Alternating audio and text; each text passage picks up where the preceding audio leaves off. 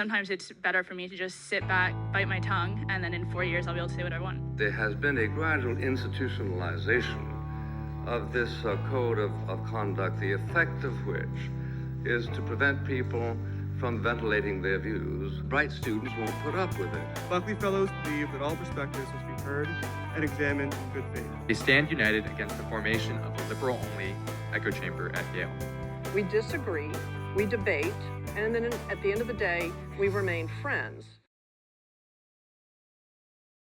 In light of everything that's happened in Israel and the horrors committed by Hamas, including murder, rape, and kidnapping of innocent men, women, children, and tragically even babies, we've put together a special episode of Pod and Man at Yale to get student thoughts on what's going on and the reaction on campus.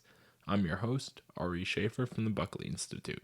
Our panelists for this week are Isha Brahmbhatt, a senior. Hey. Trevor MacKay, a junior. Glad to be back. And Noah Riley, a senior. Thanks for having me.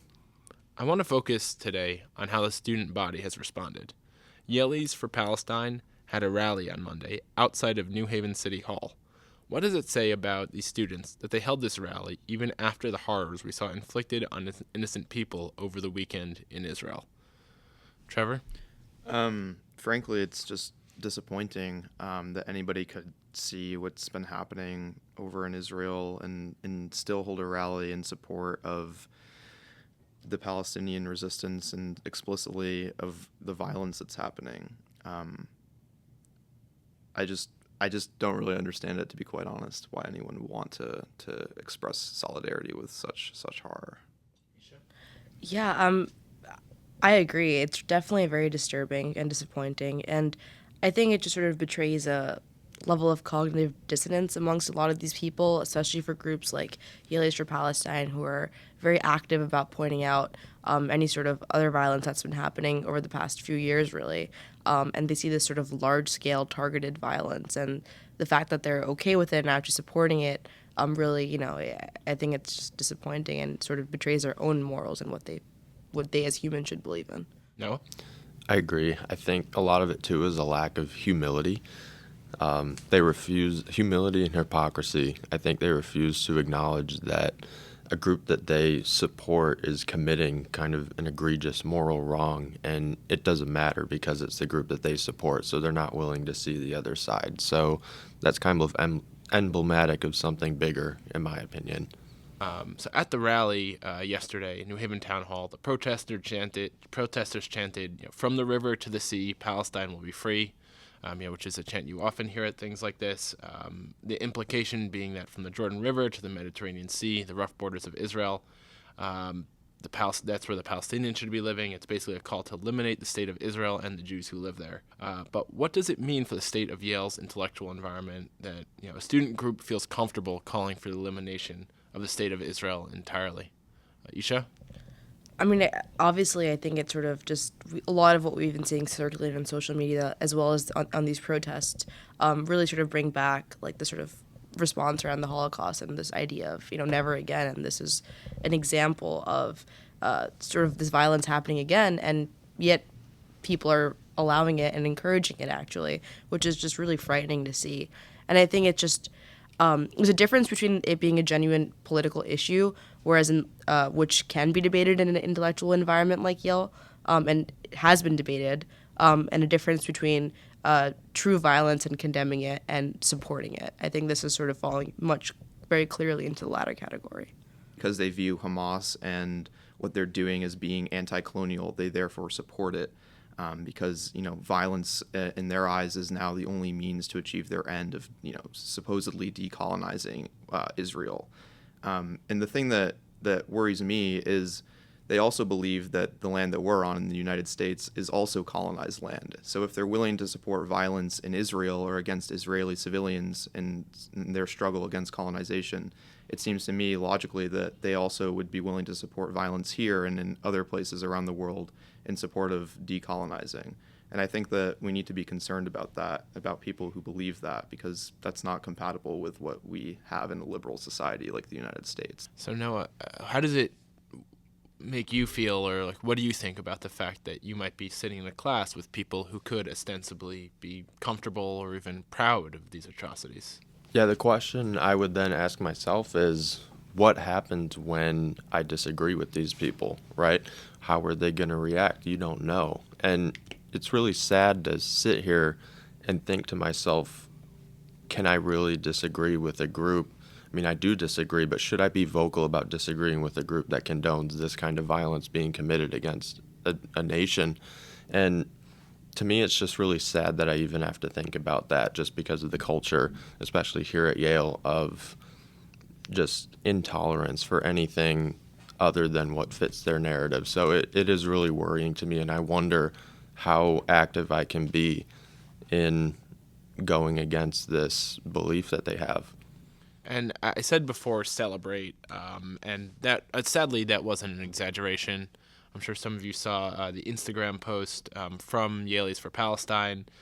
They called on the Yale community to quote-unquote celebrate the resistance's success in light of the horrors of the weekend, calling on Yale to celebrate disgusting acts committed by Hamas. How does someone get to this point where, they, even if you believe the Palestinians should have a state and they should have self-determination, which is an understandable goal, how do you go from that to looking at what Hamas did over the weekend and actually thinking it's worth celebrating? Trevor? I mean, you just have to be filled with hate. I don't really see that there's any other way that you can justify, the indiscriminate slaughter of civilians as without having some sort of level of hatred for those people. What I think it largely is it's just this weird, undying allegiance to something. And to me, that's also just more indicative of not really having an open mind. Like, for example, if America were to start, God forbid, committing acts such as the Hamas terrorists have, I, as an American, would start asking questions and kind of be willing to have that internal dialogue and change my mind if a country or nation that I support started doing this sort of thing. And you just don't see that for the Yalies for Palestine group or people that are supporting that sort of thing. It's just this weird allegiance that they refuse to let go and not have an open mind. So moving on to some comments from faculty, there's a petition circulating about an associate professor who specifically defended Hamas's atrocities as the Palestinians' quote-unquote right, and tweeted about a video describing the Hamas attack, saying, "It's been such an extraordinary day." Now, Yale still may do something. I don't know. It's still relatively soon after. But I can't help think about what happened to the Christakises in 2015, and their crime was suggesting that Yalies could choose their own Halloween costumes. Trent Colbert at Yale Law School, who was threatened by administrators for sending a Constitution Day party invitation. Is there some kind of does this give indications of maybe a double standard for how conservative speech is treated on campus versus any speech that's deemed liberal or progressive?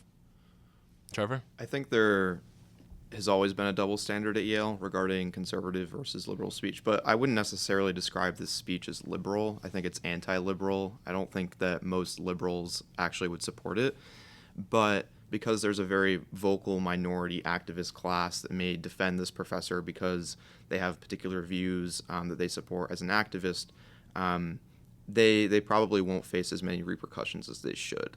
Of course, as horrible as what they have said is, they do have a right to say it still. And especially at a place like Yale, it's also important for us to not want to, cancel people for speech, whether it's on the left or the right. Of course, that doesn't prevent other Yale professors, Yale administrators, and faculty from speaking out against what they've said. It's great that President Salve, explicitly condemned the Hamas attacks, which my understanding is more than a lot of peer institutions have done. It would also be great to see him saying that this speech is not acceptable and that it doesn't represent Yale. Yeah, I definitely agree. The double standard is certainly there, and I think it's always been there. I think in this case in particular, it's obviously even to a higher degree disturbing because this is a school where we have many Jewish students, many students who are from Israel, and it's to have a professor sort of advocating for violence against them. I think it says is probably really bad for them. And even though we don't want to cancel or suppress the free speech, I think it is important for other faculty members and even the higher administration to really double down on their support for those students being here and just existing in general. On other campuses like Harvard and NYU, and thankfully, aside from Yalies for Palestine, I haven't seen much here, student groups have come out endorsing what Hamas did and justifying their actions. If what was done to Israel was done to an LGBTQ community, for example, or Asian Americans or Black Americans, do you think we would have seen statements like that? Isha? Definitely not. I think this sort of double standard, especially for a conflict like Israel and Palestine have been in for a long time, is definitely there, and people are a lot more okay or being in support of violence if it's for a group that they don't believe deserves the same respect as another group that they believe does deserve that respect. So that double standard applies here as well, I think. And again, the sort of like cognitive dissonance in not recognizing that violence is wrong no matter what, and holding every group, no matter if you agree with what they're fighting for or not, to that standard is a bad thing to do and can lead to it does lead to the sort of atrocities we've been seeing over this past weekend. And I think part of that, too, like Isha said, doesn't fit their narrative. Israel's a nation largely associated with religion, too, which is also frowned upon here on campus, unfortunately. So I think that's also contributing to kind of this silence from people to be reluctant to condemn violence of this sort. So kind of a spin on a question I asked before. What does it say about the state of campus life, not just at Yale, but across America, that you can see the kind of things you saw at Harvard? That despite notwithstanding what happened, they'll still come out in support of mass murder, mass rape, decapitation of children, as horrible as it is. What does it mean that there are students who feel comfortable and confident making claims like this? I think that social media has desensitized people to a large degree to a lot of these sorts of things. To the people supporting these actions, it's almost as if it's not even real to them. It's just they're kind of from an activist standpoint, or they're distancing themselves from it, and they feel like it's this kind of, again, going back to the binary struggle. And to them, the actions that are happening in that struggle are not relevant. What is relevant is the simple binary between oppressed and oppressors. I think lots of students feel assured in that as long as they're on the side of the oppressed, in their view, no matter what they say or what they believe in, is going to be supported and is okay. And obviously, it's like that's a very problematic view to have. But because they feel assured in that nothing's going to happen to them, whereas like going back to that other example, if it was a different group, it wouldn't be the same case. They feel so assured in their narrative. And this sort of goes back to your earlier question, Ari, about how does a student get to this point of supporting this violence? It's this fundamental belief in a binary. And I've engaged with people over social media about this last few days, and it's this refusal to recognize that anything exists beyond that binary that I think allows them to feel so comfortable saying these things. Yeah, I actually know a lot of Jewish people on campus. We have a beautiful center here at Yale, the Slifka Center. It's not to say that Jewish life is not strong on campus. Rather, I would argue it's actually a really slim minority that's advocating for the Palestinian violence, but it's a loud, very loud minority. And I would argue that a majority of students would actually support the Jewish community, but they're hesitant to because this minority is so loud. So that's especially discouraging. Because I think it is the morally right stance to support your fellow Jewish students on campus. But like I said, people are afraid to, and that's disheartening. So I just want to give you an opportunity to make a little bit more of a personal appeal here. Do you have any thoughts for your Jewish students, fellow Jewish students? If there are any Israeli students on campus, I'm sure there are. Even those who just saw what happened in Israel and they aren't really sure how to process it, how to respond. Any messages, any thoughts for them? Trevor? I would say, well, one, I have a lot of friends who have deep connections and ties to Israel, and it's been very sad to see how deeply they've been impacted by this, and their families. So there are a lot of people.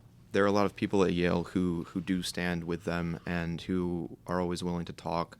I was, I'm religious myself, and I've been praying for them and for Israel because it's terrible to see what's happening. But also, I think it also serves as a stark reminder that there are, people who oppose the existence of a civilized society and who support barbarism and who don't actually want, to see a Western democracy like Israel thrive in the Middle East.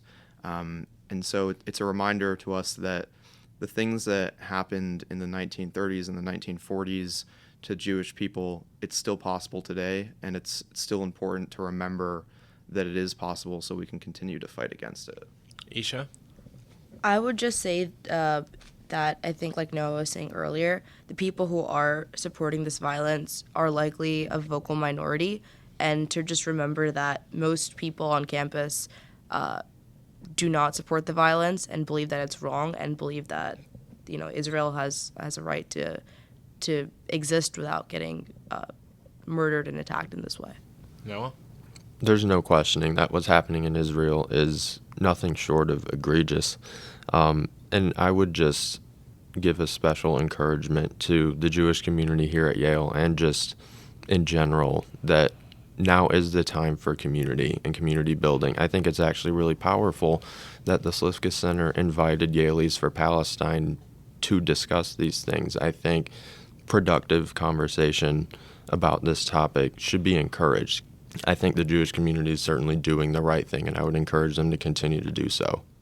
All right. Thank you so much. It was wonderful having you all. Thank you for joining Pod and Men at Yale. Thanks for having us. Thanks, Ari. Now, I'd like to turn to our interview with Yale School of Medicine professor Evan Morris, an active voice against anti-Semitism on Yale's campus.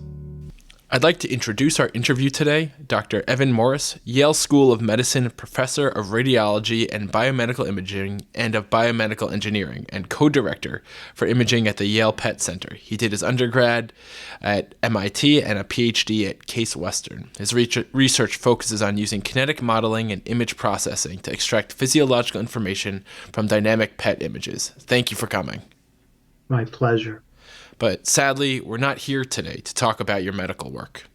Dr. Morris is a founding member of Yale's Anti-Semitism Education Initiative. He's brought together faculty in the School of Medicine to combat growing anti-Semitism within the Yale community. He's been vocal and active in calling out anti-Semitism here, and has taken action to improve the dialogue on and around campus.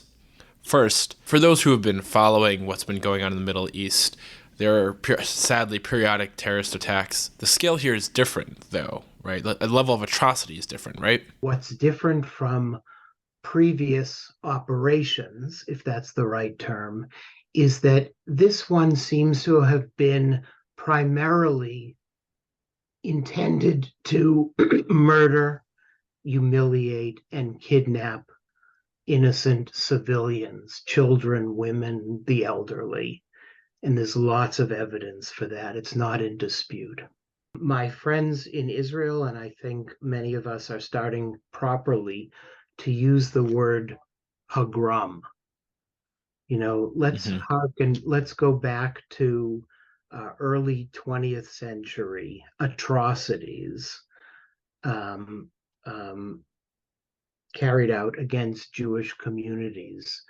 This is entirely like a pogrom or a Nazi action just to kill people and humiliate them. This is not a military operation or a fight between armies, or it wasn't starting on Saturday morning.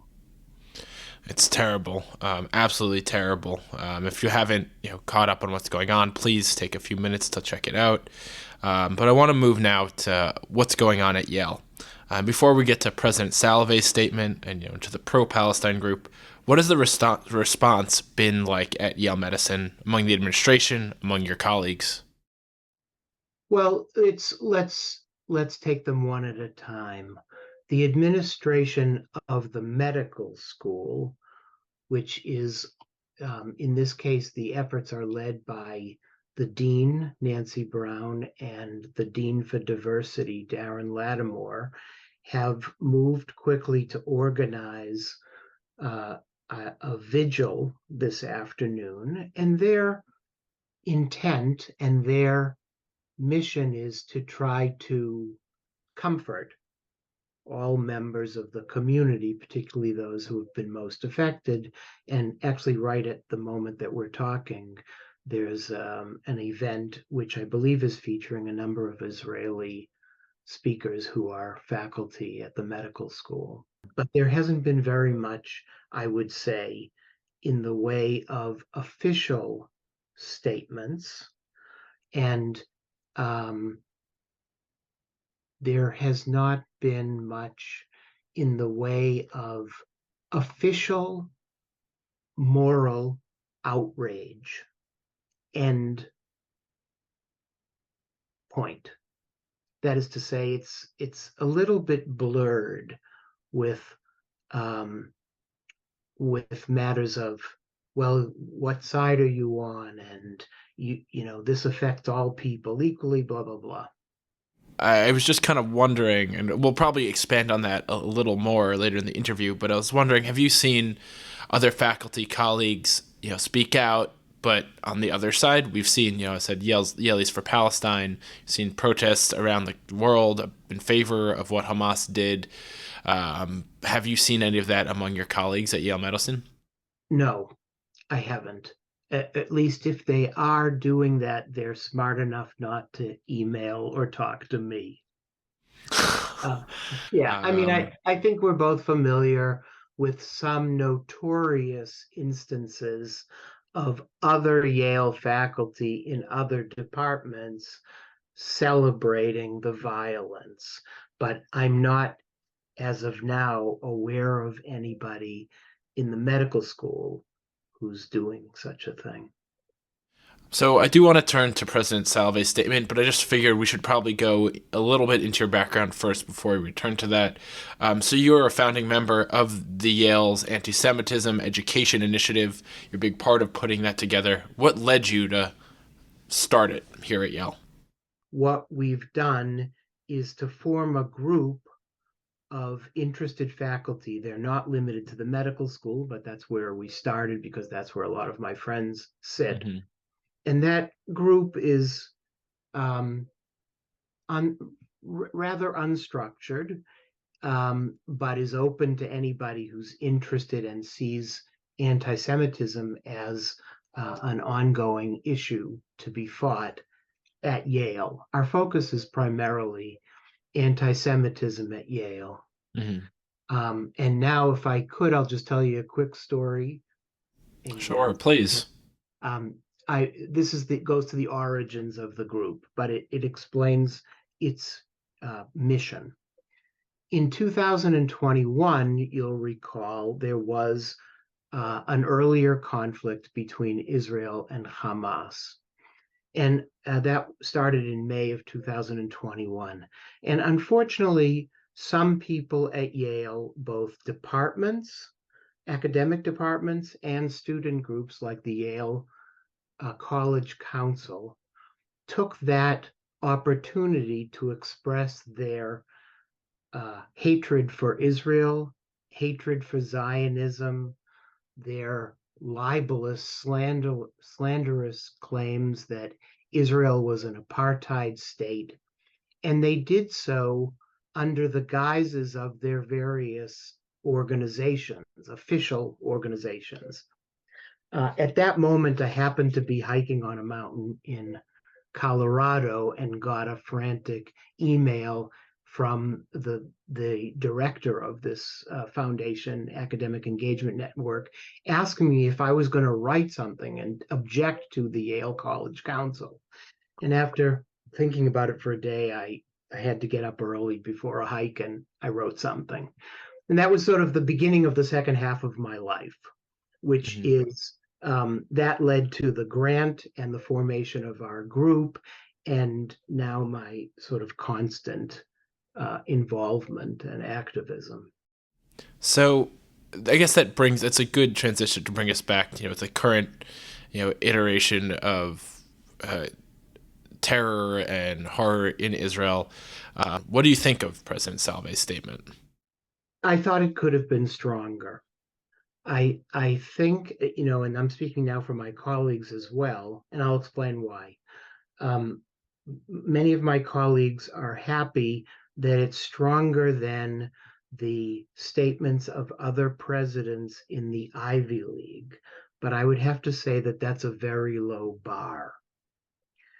I think that President Salve's heart is in the right place, but I'm wary of terms like non-militant Gazans who are going to be subjected to harm. That's absolutely true, except I wouldn't use the word non-militant because it suggests that the Hamas are militants and not terrorists.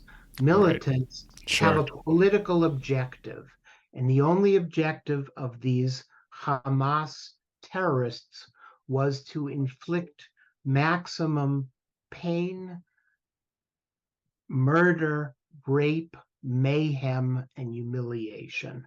There was no political objective. They're certainly not sitting around thinking, how can we, get Israel to negotiate with us? I think it's very tepid. If I were the president of Yale or the king of the world, I would have come out with a sentence. First of all, we are appalled and we are disgusted to our very core at the atrocities committed by Hamas against innocent Israeli women, children, and elderly. Full stop. Why do you think he, and especially other university presidents, are reluctant to do that? Yeah, this is an excellent question. It gets to the core of the issue, perhaps. I think that the conversation, frankly, in universities, particularly elite universities, whatever that means exactly, has moved leftward constantly for the last 20 years to the point where the word Zionism is considered the greatest insult, the greatest horror. And people using it that way don't even know what it means. It means the national movement of the Jewish people to return to their ancestral homeland. That's it. Just like every other ethnic group and national group has a national movement. But because words have been used and abused and morphed into something that no longer has any connection with reality, it sort of drops a pall of fear around all discussion at universities. And I think, unfortunately, that fear has seeped into the offices of the presidents and the leaders of most leading universities. Is the antidote within the office of the president at Yale and these other Ivy League universities just to get the courage and say what's right? Well, I think it's a great question. I do think that there has to be a reckoning. Just like Israel is going to have a reckoning down the road. What were the operational failures that led to this catastrophe, this ongoing catastrophe? Universities have to have a reckoning as well. They have to ask themselves, how did we become so skewed in our discourse, in our conversation? Frankly, how have we come to this point where our admissions process welcomes students like the ones we're going to talk about who seem to revel in violence for violence sake? How did we come to this point where we've created departments that seem to have as their sole mission to promulgate and propagate anti-Semitic propaganda. On Monday, the Yalies for Palestine, the pro-Palestine group on campus, held a rally in support of Hamas and what's going on, and what the terrorists in Gaza did in Israel. What do you think of students who are willing to rally for Hamas in Gaza, even so soon after what happened? They're depraved. That's the simple answer. And again, this goes to our admissions policies and what appears to be an absence of morality or a completely broken moral compass at Yale. And I think we're now feeling and seeing the effects of an environment that seems to exist without morality. And building off that, on Instagram, Yalies for Palestine called on the Yale community to quote unquote celebrate the resistance's success. Right. So does taking this a step further, does it worry you that there are students who consider mass murder, rape, and kidnapping of innocents something worth celebrating? Absolutely. Absolutely. And I'm, as I've said to somebody else recently, I don't live on campus. I get to go home at night to my own home, but students have to live here 24/7. And if they have to walk down the halls and they have to be in classes with people that they know don't even value the most basic civilities of human civil behavior, then they have reason to be worried. And what does it say about the campus environment, that the campus intellectual environment, that not only are there people who share these thoughts and have these perspectives, but that they feel comfortable sharing them publicly? Yeah, I think it's a good question, because I could turn your question back on you and say, what tolerance would there be for Jews running around campus yelling, yeah, let's kill those Arabs in the West Bank because we're entitled to the whole West Bank? I would be equally appalled by that. But I think you don't hear that. You really don't hear that. You don't, and I would be appalled, and I'd be the first person to oppose it and to call for sanctions. But at least in that case, that the administration would be very quick to Sure. To smack it down. So what do you think Yale needs to be doing that it isn't, to make, especially in light of what's happened in recent days, to make its Jewish students, its Israeli students, its pro-Israel students feel safe on campus? Well, I think the simplest thing would be an addendum to the statement by the president saying, as I suggested before, this was absolutely Nazi behavior. It was a pogrom. It's continuing right now. It is immoral. And any one of us who celebrates it is him or herself immoral. And they have no place at the table at Yale, and they have no place in our community of scholars because they defile it. Well, thank you so much, Dr. Evan Morris, again, for joining us. It's a pleasure to have you and have this important conversation. Thank you for asking me. Thank you for joining us for this important conversation. Keep an eye out for our next episode in the coming weeks. As always, for God, for country, and for Yale, in that order.